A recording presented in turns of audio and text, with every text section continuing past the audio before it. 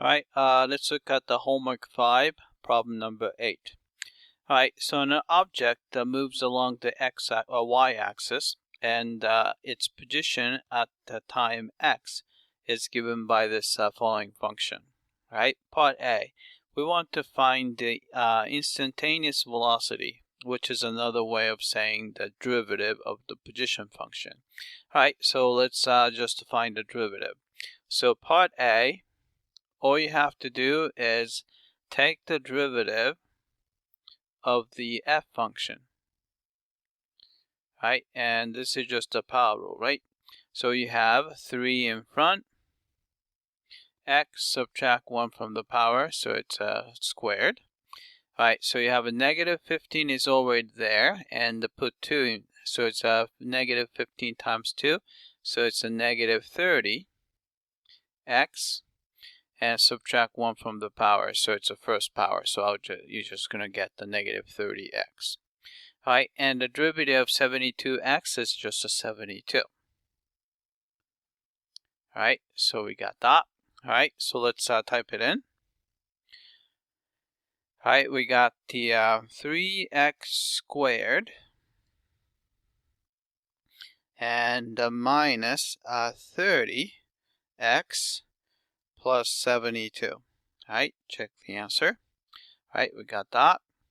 Alright, part B, the velocity of this object at x equal 1. Alright, so since the velocity function is already given here, so to find part B, all you have to do is we can just plug in x equals 1.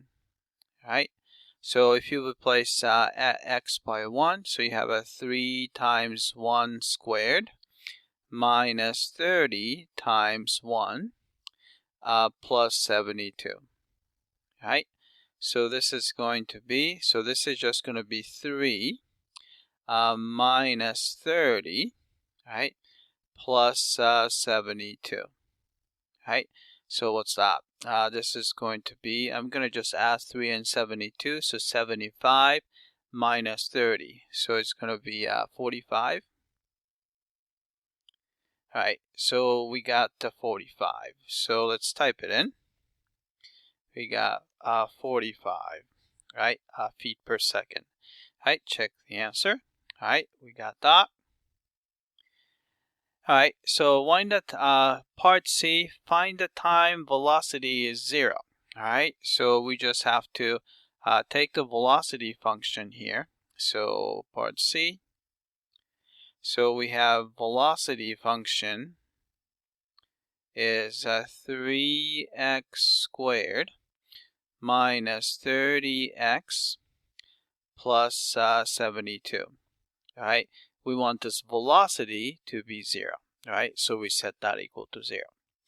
Alright, so let's try to solve this equation. And the first thing I would do is, let's see, to simplify this, seems like everyone seems to have 3 in it. So I'm going to divide through by 3. That way you get just x squared minus 10x plus, let's see, we can squeeze 2 3's into 7, so it's 20, and 12, so it's going to be 24. Alright, so it's equal to 0. Then we can factor it out. Alright, so you have, let's see, we have to make 24. So x here, x here. So we need two numbers.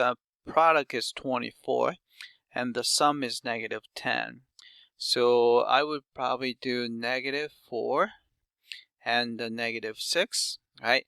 Negative 4 times negative 6 gives you 24. Negative 4 plus negative 6 gives you negative 10. All right, so that will work out. All right, so which means that we set the first factor equal to 0, you get x equals 4.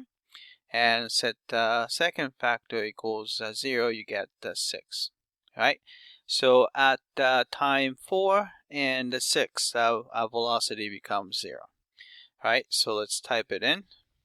All right, so at 4 and 6, all right, so let's type it, check that. All right, that's it. I hope that this was clear.